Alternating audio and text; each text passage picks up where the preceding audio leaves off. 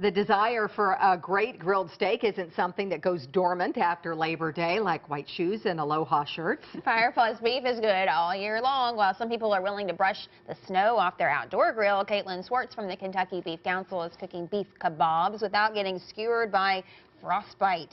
Yes, ma'am. And it's a grill pan, and I said I don't have one of these, and everyone's making fun of me. But this is smart, and I will get one of these now. Yeah, you can find these grill pans, Bed Bath & Beyond, Williams & Sonoma, search around on the internet.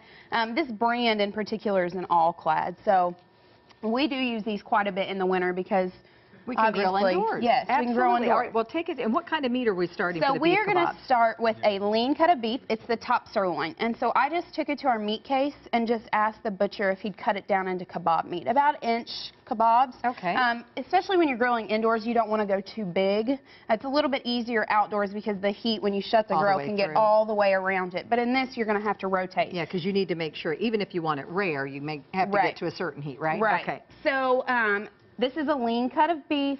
It's good for you when eaten in moderation and variation.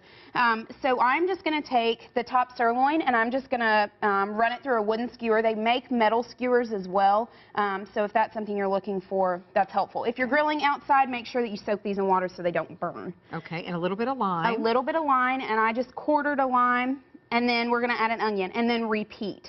And then once we get this done, we will just put a little bit of pepper on it and throw it right into the grill pan. Now we also have skewered tomatoes, and we want to grill those separately because tomatoes are a fruit and they do have a lot of sugar in them, and so they tend to burn faster. Their skin's also a lot softer than a lime, so they tend to burn a little bit more quickly than, say, than the lime does. So we're just going to let those go on the grill pan. You want to do it until all sides are brown. Because this is a smaller cut of meat, you can't really temp it just to double check your internal temperature, but we want to get to 145, which is medium rare. So about how long do you think in the grill pan? You guesstimate? About probably 4 minutes on each side. Okay. Just watch it, depending on how hot your grill top gets or your cooktop.